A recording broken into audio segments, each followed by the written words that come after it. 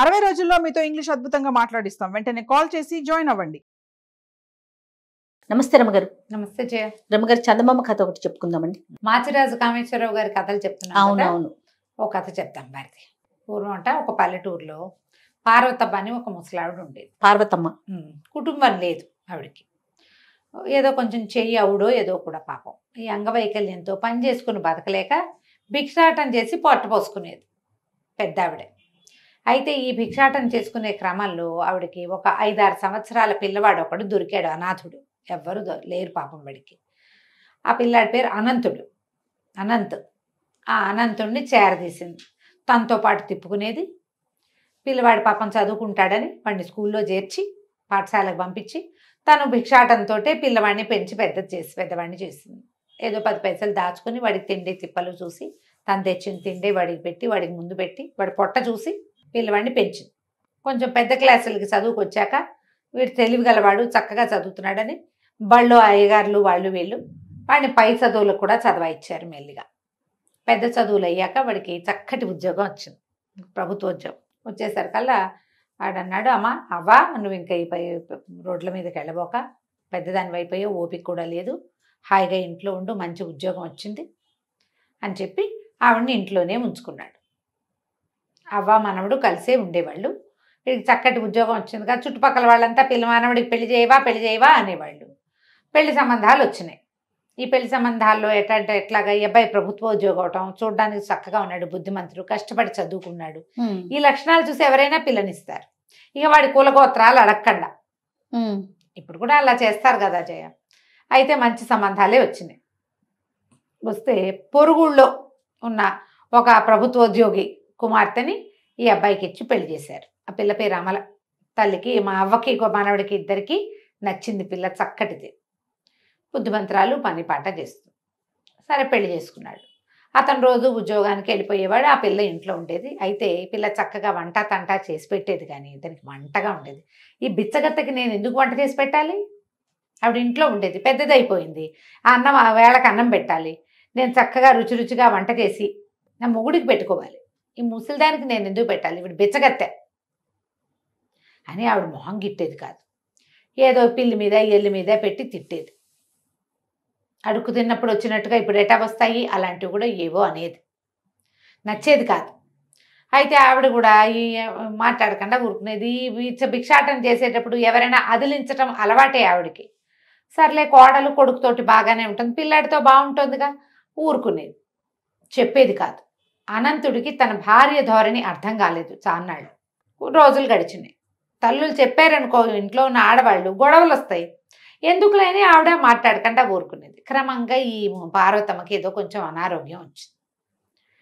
అనారోగ్యం వస్తే పూర్వకాలం అయితే, ముందు రోజులైతే ఎట్లా పోయేదో, సంపాదించే పిల్లవాడు ఇంట్లో ఉంటే వెంటనే వైద్యం చేయించాలని చూస్తారు కదా, వాడేదో వైద్యానికి ఖర్చు పెట్టడం మొదలుపెట్టాడు.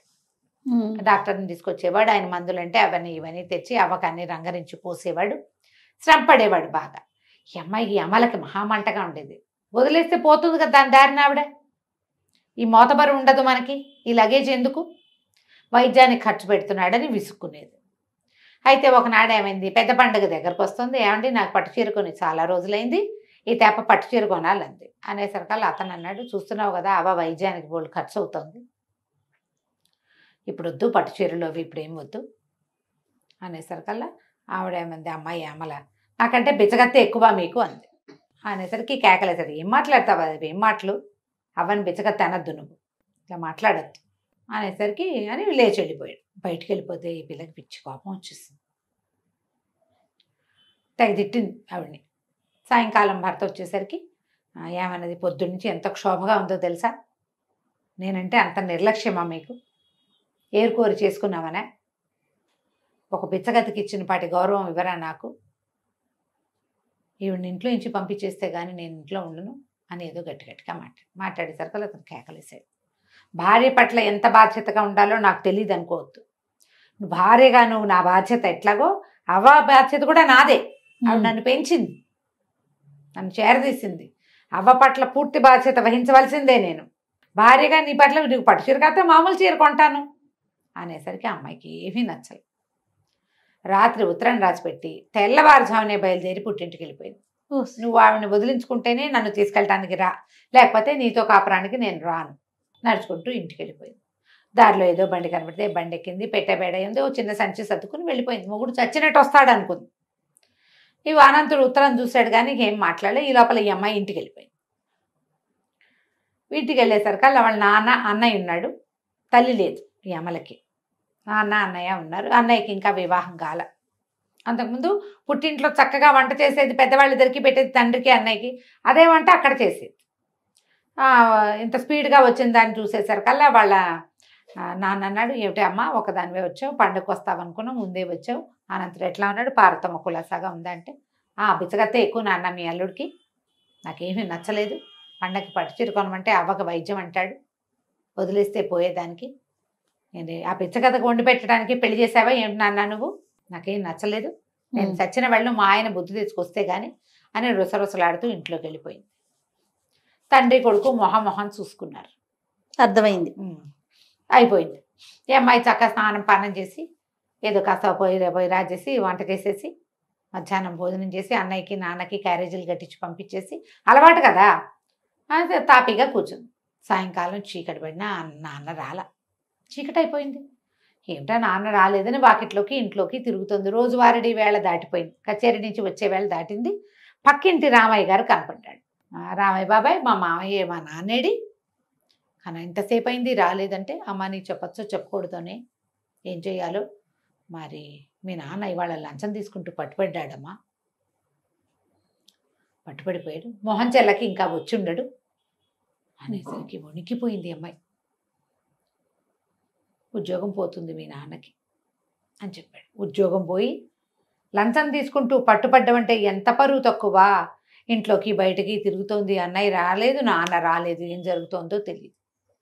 వాకిట్లో కూర్చుంది చాలాసేపు. ఇంతలో పెరట్లో ఏదో అలికిడయ్యి గబగబా పెరట్లోకి వస్తే వాళ్ళ నాన్న ఏదో కాగితం రాసి కాగితాన్ని నూతిగట్టు మీద పెట్టి ఎక్కడికో వెళ్ళిపోతూ కనపడ్డాడు. పరిగెత్తుకుంటూ వెళ్ళింది. నాన్న ఉండు నాన్న అని ఆ కాగితం పట్టుకొచ్చింది.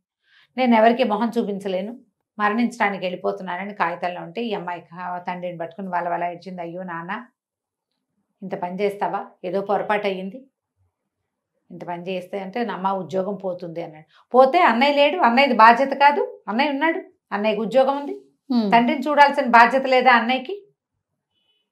తండ్రిగా తన బాధ్యత, కొడుకుగా తన బాధ్యత నిర్వహించడా? వింటూ ఉండదు ముందుగానిలే నాన్న, పోతే పోయింది ఉద్యోగం, పోయినా సరే నీ కొడుకున్నాడు, కొడుకుదే కదా నీ బాధ్యత, మమ్మల్ని వదిలిపెట్టి ఇట్లా అన్యాయం చేయకు నాన్న అని కావలించుకుని ఏడ్చింది. అన్నయ్య లోపలికి వచ్చాడు. బాధ్యత సంగతి సరే, నాన్న చూడు ఇంత పని చేశాడు, లంచం తీసుకున్నాడు, పట్టుబడ్డాడు, పరువు పోయింది, అసహ్యం వేయట్లేదు నీకు నాన్నంటే అన్నాడు. అంటే అసహ్యం ఎట్లా వేస్తుంది, నాన్న వల్ల ఏదో పొరపాటు అయ్యింది, తండ్రిగా నా గౌరవం వీసం ఎత్తు తగ్గల, అమ్మ చనిపోతే మన ఇద్దరిని పెంచి పెద్ద చేశాడు, నాకు పెళ్లి చేశాడు, రేపు నీకు పెళ్లి చేయబోతాడు, ఇల్లు బాకిలి ఏర్పరిచాడు, ఇంకేంటి నాన్న ఏదో వల్ల ఏదో పొరపాటు అయింది, నాన్నని ఎందుకు అసహించుకుంటాం మనం అన్నది. సరే, సంఘంలో పరమ తప్పుగా భావించే లంచం తీసుకుంటున్న నాన్నేమో నీకు అసహ్యంగా లేడు, కొడుగ్గా నేను బాధ్యత వహించాలంటున్నావు, మరి అవకరంతో పొట్టపోసుకునే దారి లేక భిక్షాటం చేసిన పార్వతమ్మ అంటే నీకు అసహ్యం, ఆవిడికి రోడ్డు మీదకి దొరికి, నేను సొంత పిల్లల్ని చూశాడు నాన్న గొప్ప నీకు, రోడ్డు మీద దొరికిన అనంతుణ్ణి ఆవిడ పెద్ద చేసి వాడికి ఒక ఉద్యోగం, వాడి జీవితం ఏర్పరిచి వాడికి ఒక పెళ్లి చేసి వాడి పెళ్ళాన్ని చీత్కరిస్తున్నా నోరు మూసుకుని వాళ్ళ ఇంట్లోనే ఉంటున్న పార్వతమ్మకేమో ఏ విలువ లేదు, ఆవిడంటే నీకు అసహ్యం, ఆవిడ బిచ్చగత్తె, కాలు చెయ్యి అన్నీ ఉన్న నాన్న లంచం తీసుకోవచ్చు, లంచగొండ ఎక్కువ బిచ్చగాడు ఎక్కువ అంటే ఎవరిది ఎక్కువ తప్పు, బిచ్చగాడిది తప్పు కాదు, అంతేగా, వాడికి వేరే చారలేదు, లంచగొండి తప్పు అనేసరికి అమ్మాయి వెంటనే గటక్కమని అంది లోపల.